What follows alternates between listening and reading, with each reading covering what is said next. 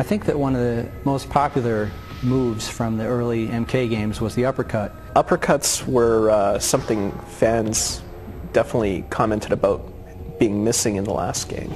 And in our game, the uppercut is returned, and it is a necessary move in certain cases. For the same reasons it was really cool in the original 2D games, it's really cool now. It gives lots of damage, and it's sort of like a in-your-face kind of move. The uppercut move is one of the ways to transition. They'll fly up in the air, flip a few times, crash through the wood floor, and then go down to the level below. The uppercut's good also to like shoot someone through the glass, up through the other side, and then down through the glass on the other side of the arena.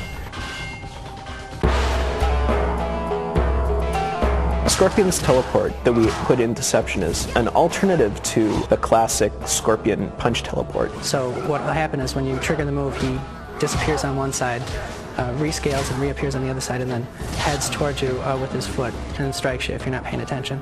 Nightwolf's shoulder attack is very good for just laying into a guy and just knocking him off his balance, getting him out of his game. Cabal's spin move is another nice one. It's a sort of a retro move also. You run through the guy and basically you start him spinning, which kind of leaves him helpless. They're stunned and you could totally have your way with them at that point. Sindel's Scream attack sends out sonic waves and it pulls the character in so that you can then do a string of attacks on him. Mortal Kombat Deception has Noob Smoke, which is the first dual character. Noob Smoke is the sub-boss of Mortal Kombat Deception. When you select the Noob Smoke, you're getting two characters. Each one of the sub-characters has his own special moves within it.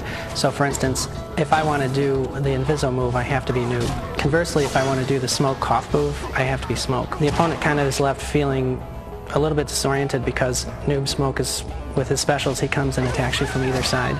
We actually gave him a little more backstory than he used to have, and I think fans of the series will be quite shocked and surprised by his true origins, which are now actually revealed in Deception. The crypt in Mortal Kombat Deception is a large cemetery of 400 tombstones. The gold chests that you find in Conquest contain a key which actually can be taken to the crypt and used to unlock a particular tombstone. Scorpion's alternate costume can be found right at the first bend in the road as you follow Apep from the first dojo to the second one. In the village, in between the second and third dojo, is a gold chest that gives you the key to go back to the crypt, and you can unlock the portal chest background there. As you travel between the second and third dojo, immediately before the bridge is a gold chest. Inside the gold chest you can find Bo' Rai Cho's puzzle character.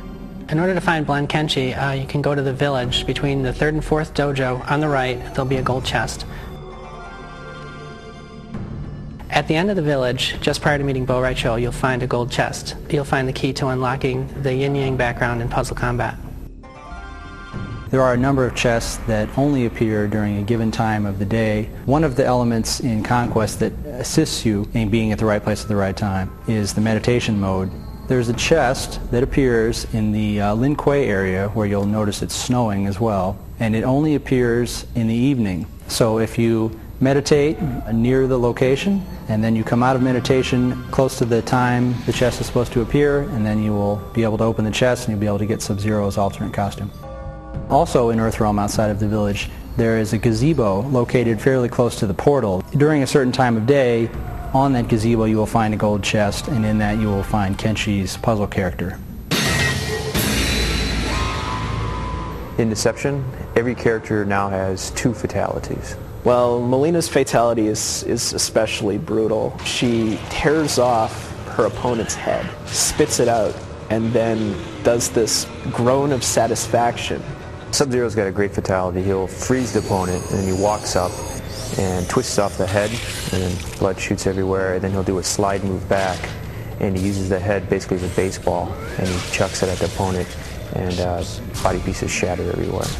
In Nightwolf's first fatality, he steps back from the other fighter who's in a dazed state, hauls back with his tomahawk, and then throws it across, lodging it firmly in his forehead.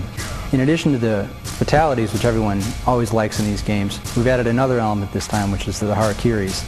Melina's harikiri is pretty gruesome. She uses two sais and takes them into her head and then falls over lifeless. Sub-Zero wins.